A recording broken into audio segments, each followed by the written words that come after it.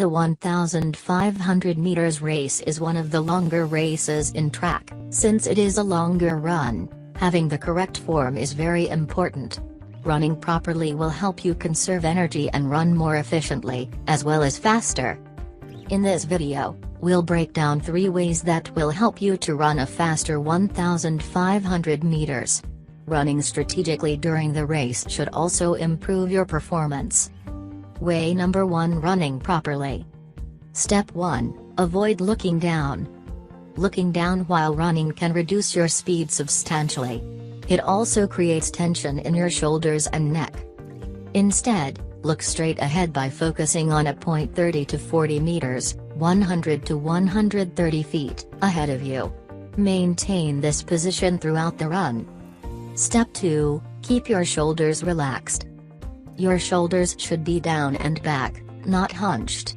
If you begin to feel your shoulders hunch, relax them immediately. Running with hunched shoulders can restrict your breathing. Step 3: bend your elbows at a 90-degree angle. Your arms should be relaxed at your sides with your elbows bent at a 90-degree angle. As you run, swing your arms forward and back in a straight motion. Try not to let your arms cross in front of your chest as you run. This movement will waste energy and slow you down. Step 4: relax your hands.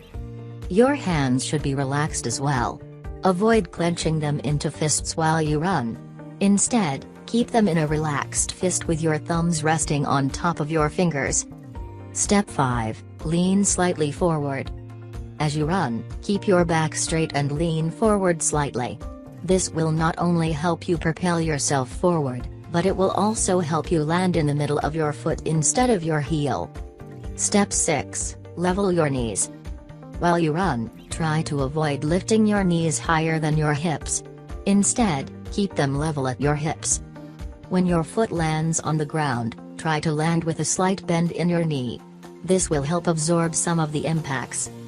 Remember that your knees should be moving forward, not upward. Step 7: land in the middle of your foot. Do this instead of landing on your heel or your toes. Landing in the middle of your foot will help you lift it faster, and thus, you may be able to run faster. Additionally, when your foot hits the ground, it should land below your hips. Step 8: synchronize your breathing. For medium-intensity running, aim for 2 steps while breathing in and 2 steps while breathing out. For high-intensity running, like during the final stretch of a race, aim for 1 step while breathing in and 1 step while breathing out. Make sure to use both your nose and mouth when inhaling to get the maximum amount of oxygen into your body. Try to avoid shallow breathing. Focus on breathing deeply by pushing your stomach out as you inhale and contracting it as you exhale. Way number 2: increasing your cadence.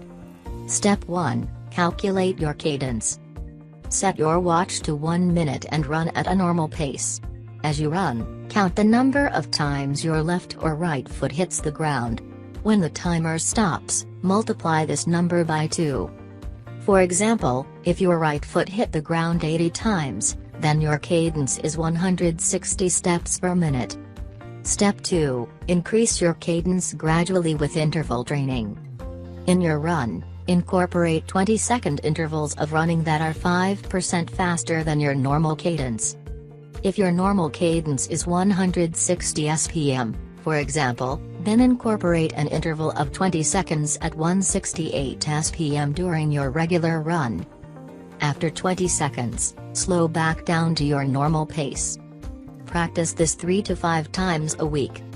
Step 3: increase the interval at which you run your new cadence.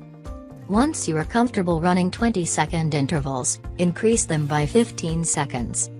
If you ran for an interval of 20 seconds at 168 SPM during week 1, for example, then increase the interval to 35 seconds of 168 SPM during week 2. Repeat this until you can run a whole minute at 168 SPM. Once you are comfortable running at your new cadence, then increase it by another 5% and repeat the process over again. Step 4: use a metronome. A metronome will help you find your rhythm while you run. Set the metronome to your desired beats per minute, for example, 160 BPM if your cadence is 160 SPM. Keep your running rhythm in time with the metronome. Way number 3: Running strategically. Step 1. Establish a position in lane 1 or 2.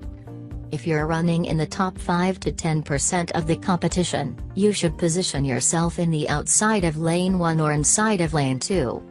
Establish your position as soon as possible upon starting the race. Make sure to position yourself near the front of the pack as well. Step 2. Maintain a steady pace. During the middle of the race, position yourself behind the leaders and maintain a steady pace. This way, if you are running against the wind, the leaders' bodies will block most of it, helping you to conserve energy. Additionally, make sure to pay attention to the leaders. Only speed up your pace if the leaders speed up their pace. Step 3. Accelerate your pace. When you have 300 meters left to run, accelerate your pace. Once you hit the 200-meter mark, accelerate to an all-out sprint. If you are behind the leaders at this point, then move yourself to an outside lane and propel yourself forward to get ahead. Maintain your speed until you reach the finish line. Make sure you stay in the second or third lane at the 300-meter mark to avoid getting boxed in.